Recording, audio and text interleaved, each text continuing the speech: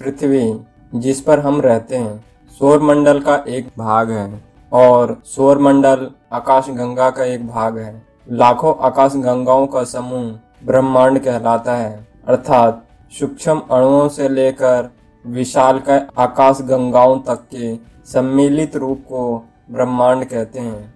सौरमंडल संपूर्ण ब्रह्मांड का एक हिस्सा है। इसकी रचना निहारिका नाम का एक विशालकाय गैसीय पिंड से हुई थी। सौरमंडल का लगभग 99% से भी अधिक द्रव्यमान सूर्य में समाहित है, जबकि सारे ग्रह मिलकर शेष द्रव्यमान से बने हुए हैं। परंतु इसके भी कई सारी अवधारणाएं हैं। क्लॉडियस टॉलमी एक प्रख्यात ज्योतिर्विद थे। उन्होंने पृथ्वी के एक चक्कर लगाने में चंद्रमा को जो समय लगता है उसका निर्धारण किया था। उन्होंने प्रकाश के नियम का भी प्रतिपादन किया था। टॉलमी की जियोसेंट्रिक अवधारणा के अनुसार पृथ्वी ब्रह्मांड के केंद्र में है तथा सूर्य एवं अन्य ग्रह इसकी परिक्रमा करते हैं। कोपरनिकस ने टॉलमी की अवधारणा का विरोध किया और हेलियोसेंट्रिक अवधारणा का प्रतिपादन किया। इसके अनुसार ब्रह्मांड के केंद्र में सूर्य है तथा पृथ्वी एवं अन्य ग्रह इसकी परिक्रमा करते हैं, अर्थात कोपरनिकस को आधुनिक खगोल शास्त्र का जनक कहा गया है। 16वीं शताब्दी के आसपास केपलर ने ग्रहीय गतियों के नियम की खोज की तथा इसने सूर्य को ग्रहीय कक्षा का केंद्र माना। हर्शेल ने 1805 में बताया कि पृथ्वी सूर्य एवं अन्य आकाशगंगा का एक अंश मात्र है। 1920 में एडविन हबल ने प्रमाण किया कि ब्रह्मांड का विस्तार अभी भी जारी है, जिसको उन्होंने आकाशगंगाओं के बीच बढ़ रही दूरी के आधार पर सिद्ध किया।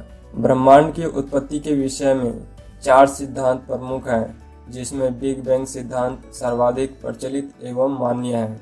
इसे विस्तारित ब्रह्मांड की परिकल्पना भी कहा जाता है। ब्रह्मांड की उत्पत्ति के विषय में 4 सिद्धांत प्रमुख हैं, जिसमें बिग बैंग सिद्धांत सर्वाधिक प्रचलित एवं मान्य है। इस सिद्धांत का प्रतिपादन जॉर्ज लेमेत्रे ने किया। बाद में रॉबर्ट वैगनर ने 1967 में इस सिद्धांत की व्याख्या की प्रस्तुति की थी। विस्तारित ब्रह्मांड की परिकल्पना बिग बैंग सिद्धांत की पुष्टि डॉपलर प्रभाव से भी की जाती है। इस सिद्धांत के अनुसार ब्रह्मांड लगभग 13.7 अरब वर्ष पूर्व भारी पदार्थों से निर्मित एक गोलाकार सूक्ष्म पिंड था, जिसका आयतन अत्यधिक सूक्ष्म और ताप व घनत्व अनंत था। बिग बैंग की प्रक्रिया में इसके अंदर महाविस्फोट हुआ और ब्रह्मांड की उत्पत्ति हुई। विस्फोट के बाद अनेक पिंड अंतरिक्ष में बिखर गए, जो आज भी गतिशील अवस्था में है। इसके साथ ही समय, स्थान, वस्तु की उत्पत्ति हुई। कुछ अरब वर्ष बाद हाइड्रोजन एवं हीलियम के बादल संकुचित होकर तारों एवं आकाशगंगाओं का निर्माण करने लगे। बिग बैंग घटनाओं के पश्चात आज से लगभग 4.5 अरब वर्ष पूर्व सौरमंडल का विकास हुआ, जिससे ग्रहों तथा उपग्रहों का निर्माण हुआ। होयल ने इस परिकल्पना के विपरीत स्थिर अवस्था संकल्पना स्टडी स्टेट थ्योरी के नाम से नई परिकल्पना की प्रस्तुति की। इसके अनुसार ब्रह्मांड का विस्तार लगातार हो रहा है, लेकिन वर्तमान में बिग बैंग सिद्धांत को ही सर्वाधिक मान्यता प्राप्त दी गई है।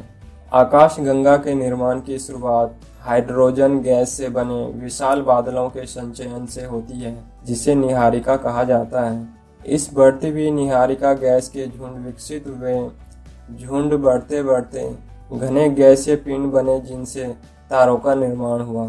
गुरुत्वाकर्षण के बल के अधीन बंधे तारों, धूल कणों एवं गैसों के तंत्र को ही आकाशगंगा का संज्ञा दी जाती है। आकाशगंगा से विभिन्न प्रकार के विकिरण निकलते रहते हैं, जिनमें अवरक्त किरणें, गामा किरणें, रेडियो तरंगें, एक्स किरणें, दृश्य प्रकाश एवं परावैंगनी तरंगे आदि शामिल हैं। हमारा सौरमंडल जिस आकाशगंगा में स्थित है उसे मंदाकिनी कहते हैं। यह सर्पिलाकार एवं कई आकाशगंगाओं के बृहद समूह का एक सदस्य है, जिसे स्थानीय समूह कहते हैं। ये जानकारी आपको कैसे लगा आप ज़रूर बताएं।